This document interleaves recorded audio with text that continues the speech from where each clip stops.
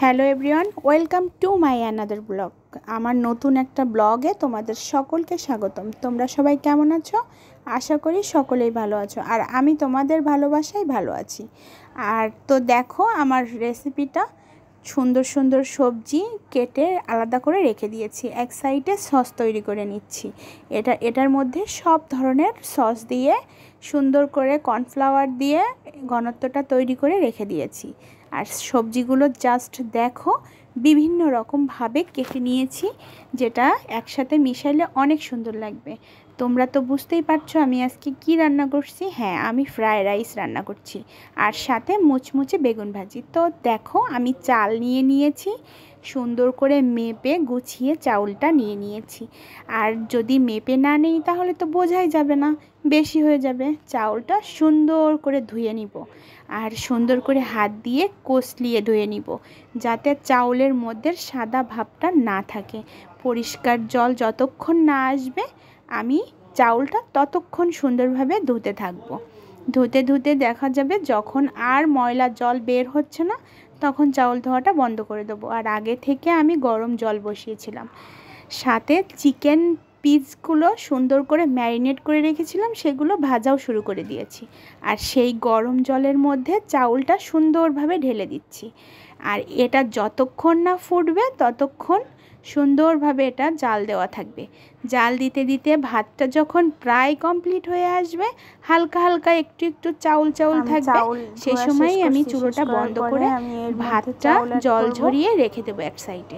আর এটা কিন্তু সব থেকে আমার প্রিয় জিনিস, ক্যাপসিকাম। 2 কালারের ক্যাপসিকাম কেটে গুছিয়ে নিয়েছিলাম। দেখো, জাস্ট ওয়াও লাগছে। আর আমি ভাতটা কিন্তু নাড়তে থাকছি, ভাতটা যাতে দলা পেকে না যায়, তার জন্য আমি এটাতে একটুখানি অয়েল দিয়ে দিয়েছিলাম। চিকেনের পিসগুলো ভাজা হয়ে গেলে তুলে নিব তেল থেকে। আর চিকেনের পিসটা কিন্তু সুন্দরভাবে কুড়মুড়ে করে ভাজতে হবে। এবার আমি ভাতের সাথে মিক্সড করব সেই সব সবজিগুলো, এই জন্য একটু একটু করে সব দিব। তো তোমরা দেখো, আমি প্রথমে তেল দিয়ে গাজরটা দিয়ে দিয়েছিলাম। গাজরটা যেহেতু একটু শক্ত সবজি, এজন্য গাজরটা আমি আগেই ভেজে নিয়েছিলাম। একটু হালকা ভাজা হয়ে আসলে গাজরটা হালকা কালার চেঞ্জ হয়ে গিয়েছিল। আর কালারটা যেহেতু চেঞ্জ হওয়ার সাথে সাথে আমি অন্য আরেকটা সবজি সেটাতে অ্যাড করে নিয়েছি। গাজর ভাজতে কিন্তু বেশ খানিক সময় লাগে, আর আমারও কিন্তু সেই অনেকটা সময় লেগেছিল। আর আমি এই পর্যায়ে মিডিয়াম একদম হালকা আঁচেই ভাজাটা ভাজতেছিলাম।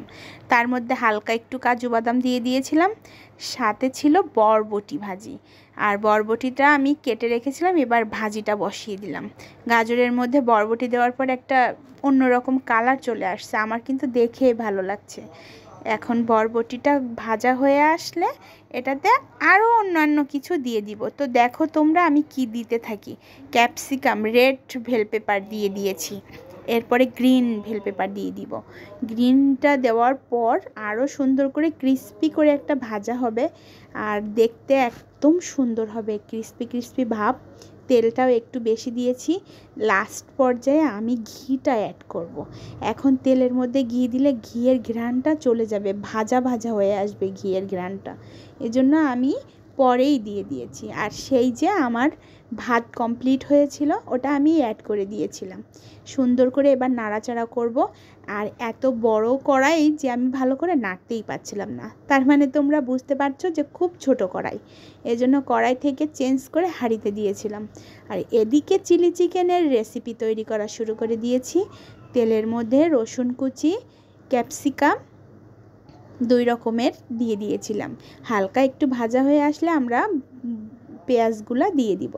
একটা শুকনো মরিচ দিয়েছিলাম যেন স্বাদটা একটু অন্যরকম আসে, এই জন্য। এবার এইগুলো ভাজা হওয়ার পর আমি সস দিয়ে দিব। সস দিলে এটার কালারটা একদম চেঞ্জ হয়ে আসবে। একটু ভাজা না হলে কিন্তু কেউ দিব না, তাহলে কালারটা সুন্দর আসবে না। আমি হালকা কয়েকটা কাঁচা লঙ্কা দিয়েছিলাম, যেহেতু আমরা ঝাল খেতে ভালোবাসি, এই জন্য আমরা ঝালটা বেশি দিয়েছিলাম। তোমরা যে যার মতন ঝাল দিয়ে রান্না করবে। হালকা কালার চেঞ্জ করার জন্য একটু গুঁড়া মরিচ অ্যাড করে দিয়েছিলাম। কালারটা দেখো, জাস্ট ওয়াও চলে আসছে। এবার আমি এটাতে সস দিয়ে দিব। সস দেওয়ার পর সুন্দরভাবে নাড়তে থাকতে হবে, না হলে কর্নফ্লাওয়ারের কারণে এটা ঘনত্ব হয়ে যাবে অনেক বেশি, তখন আর নাড়তে পারবো না।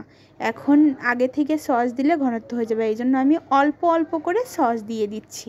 তোমরা চাইলে সবটা দিতে পারো, কিন্তু অত্যাধিক মাত্রায় নাড়তে হবে যাতে এটা লেগে না আসে। সাথে চিকেনের পিসগুলো দিয়ে দিলাম।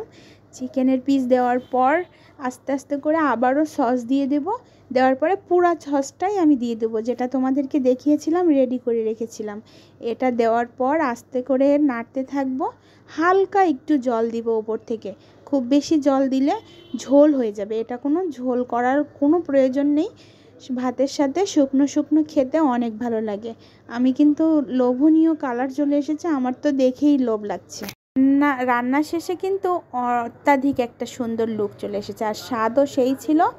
আমরা এবার চটজলদি সবাই স্নান টান করে রেডি হয়ে গিয়েছিলাম যে খাবো বলে। তো দুপুরের ভাতও বেড়ে নিয়েছিলাম সুন্দর করে। দেখো তোমরা কালারটা, ভাতের এই লুকটা কিন্তু অসাধারণ, স্বাদটাও অসাধারণ ছিল। তো আমি রেডি করে দিয়ে দিয়েছি, জাস্ট মানে খেয়ে বলবে আমার রেসিপিটা কেমন হয়েছে। রিভিউ দেওয়ার জন্য সে আমার একটা অত্যন্ত পারফেক্ট মানুষ, এজন্য তাকে আগে সব কিছু সুন্দরভাবে রেডি করে আমি তাকে দিয়ে দিয়েছি। এবার শুধু দেখবে না, জাস্ট ওয়াও, নাইস, একদম আসলেই স্বাদটা কিন্তু অসাধারণ ছিল। তো তোমাদের যদি আমার ভিডিওটা ভালো লেগে থাকে লাইক কমেন্ট শেয়ার করে পাশে থাকবে। আর তোমাদের ভালোবাসায় আজকে আমি এত দূর চলে আসতে পেরেছি। আশা করি তোমাদের ভালোবাসায় আমরা আরও সামনের দিকে এগিয়ে যেতে পারবো। আজকের মতো টাটা।